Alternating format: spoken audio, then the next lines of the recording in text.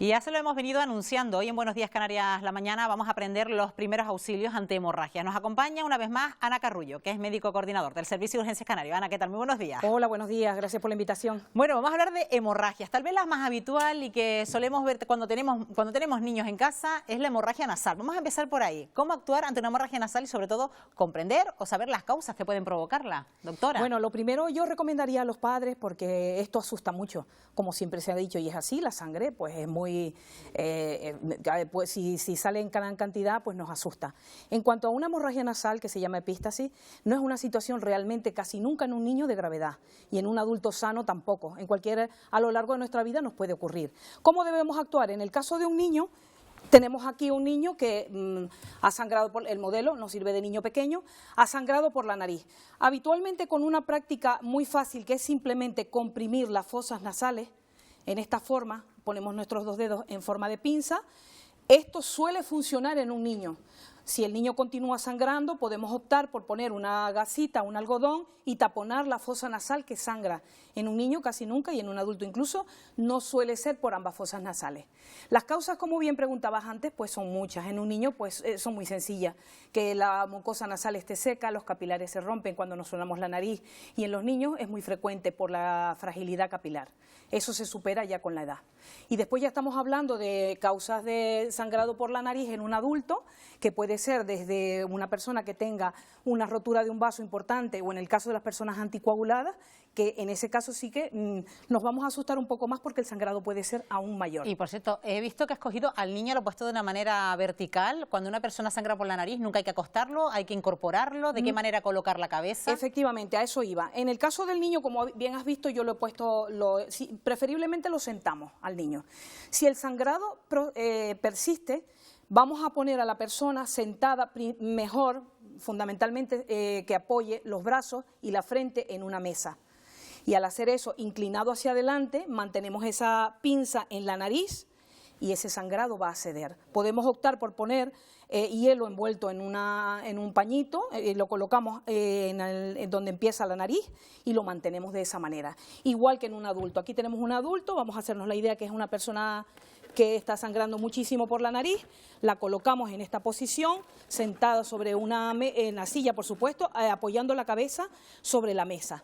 En esa forma, ese sangrado nasal pues va a ir hacia adelante y no nos va a obstruir la vía respiratoria. Es que teníamos por norma hacer antiguamente, perdona doctora, echar la cabeza hacia atrás, y no, eso está contraindicado, ¿no? No es contraindicado. Realmente la práctica correcta es colocar a la persona inclinada hacia adelante, manteniendo los dedos en pinza, y si ese sangrado no se va aún, si tenemos la posibilidad de poner hielo en la zona donde empieza la nariz, en la raíz nasal, en la pirámide nasal, pues optamos por coger una gasita, un algodoncito y colocarlo en la fosa nasal sangrante.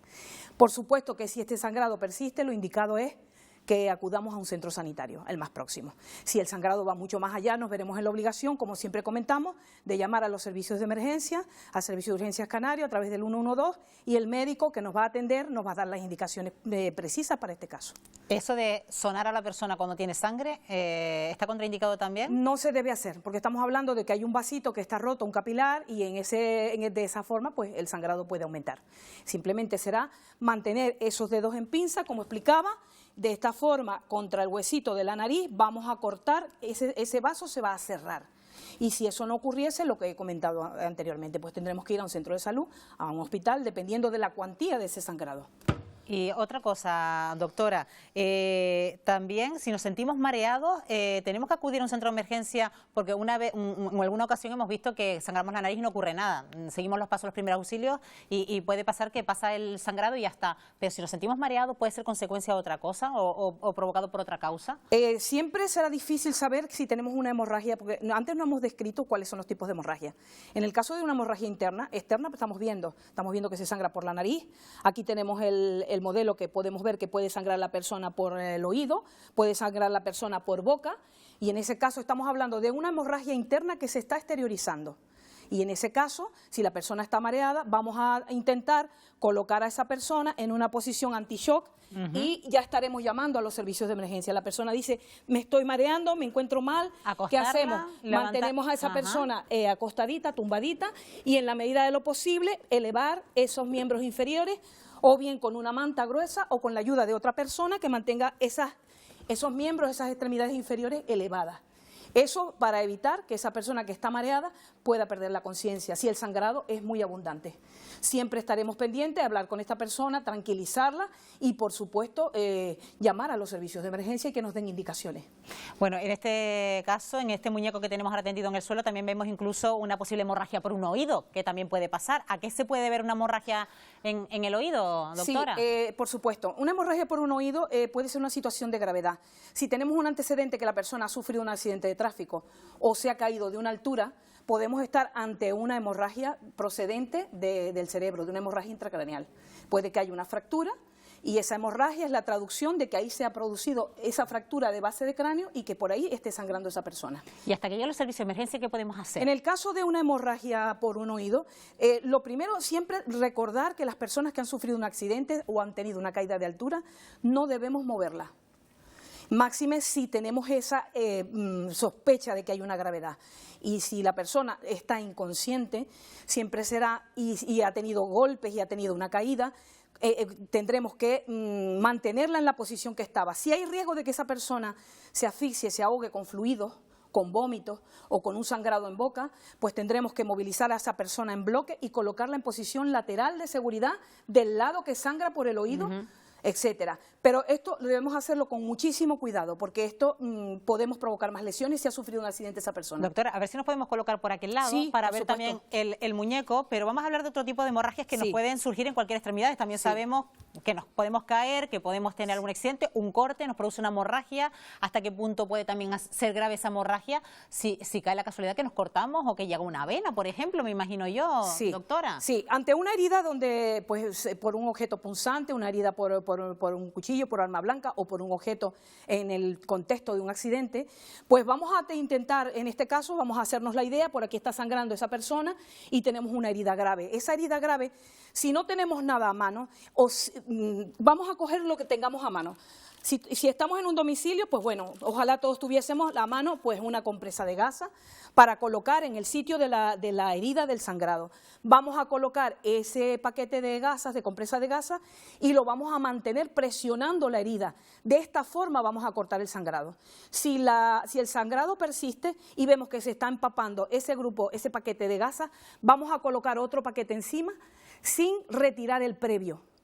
E intentaremos mantener ese miembro elevado, porque esto va a ayudar a que se corte ese sangrado. ¿De acuerdo? Entonces, ante una hemorragia grave, siempre taponar, comprimir la zona de la herida, sin retirar en ningún momento.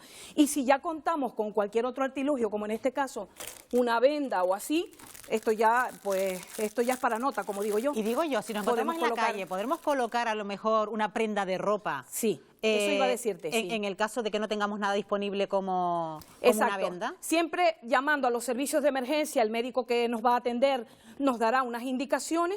Si tenemos una gasa, como en este caso, mantenemos un poco la compresión y elevamos el miembro. Si no disponemos de este tipo de material, pues si tenemos a mano una sábana, una toalla limpia, la vamos a colocar en el lugar de la hemorragia. Siempre haciendo una compresión firme para que se corte el sangrado. Antes que nombrabas un arma blanca, se puede producir un corte por arma blanca y el arma queda clavada. ¿Hay que sacar el arma? ¿Hay que esperar que lleguen los servicios de emergencia? ¿Qué hay que hacer en el transcurso Muy bien la pregunta que me haces, porque esta pregunta es una duda que tiene mucha gente. Cuando hay un objeto enclavado, llámese arma blanca o puede ocurrir que un trozo de madera, lo que sea, se produce en ese momento hay una entrada a cualquier parte de nuestro cuerpo. El hecho de sacarlo puede favorecer que la hemorragia continúe y vaya a más. Entonces se recomienda dejar el objeto enclavado en el sitio de la herida y simplemente no mover a la persona, tranquilizarla y esperar que lleguen los servicios sanitarios.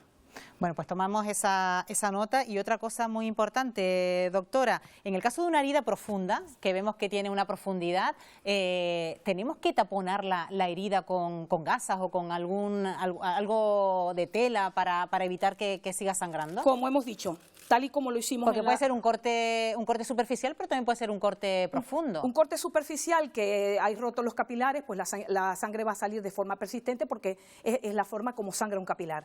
Si es un corte que se ha roto una vena o una arteria, donde se interesa una vena o una arteria, pues va a ser la misma. Siempre va a ser igual. Nosotros vamos a colocar un paquete de gasa, si lo tenemos a mano, en este caso, o colocamos lo que dije antes, un paño limpio, una sábana limpia y manteniendo esa compresión firme hasta que lleguen los servicios de emergencia. ¿Hay unas partes del cuerpo que puedan ser más susceptibles de que el sangrado fuera más? Casi todo nuestro cuerpo, por cualquier parte de donde se produzca cualquier tipo de herida, la profundidad claro que importa, pero podemos sangrar en sábana, que se llama así cuando se rompen los capilares y no necesariamente debe ser profunda esa herida. Ajá. Bueno, y doctora, en la presión que usted decía antes, ¿la presión cuánto debe durar? Decía usted de ir cambiando... Mantener la presión. Siempre. Si tenemos la opción de tener un vendaje como este, lo hacemos. Y recordar a la gente que nunca se debe hacer un torniquete. Esto es un vendaje para mantener las gasas de compresa. Es decir, los torniquetes ha pasado a... Los torniquetes solo se usan in extremis, cuando la persona tiene un miembro catastrófico, vamos a decirlo así, que hay una amputación, que no hay forma de parar un sangrado, una hemorragia, y esto con la indicación o la recomendación de un facultativo. Porque si hacemos un torniquete, ¿qué podría pasar? Pues vamos a empeorar la lesión de la parte que está por encima de esa lesión, de esa herida. Entonces se puede producir hasta la necrosis, la muerte de la parte, en este caso los miembros inferiores o superiores. Bueno, pues espero que haya quedado muy claro en casa cómo actuar ante una hemorragia. Hemos empezado por la hemorragia nasal, pero hemos visto cómo se puede llevar a cabo en otras partes del cuerpo. Ana Carrullo, de nuevo médico de Servicio de Urgencias Canario, gracias por habernos acompañado esta mañana. Buenos días. Gracias a ustedes.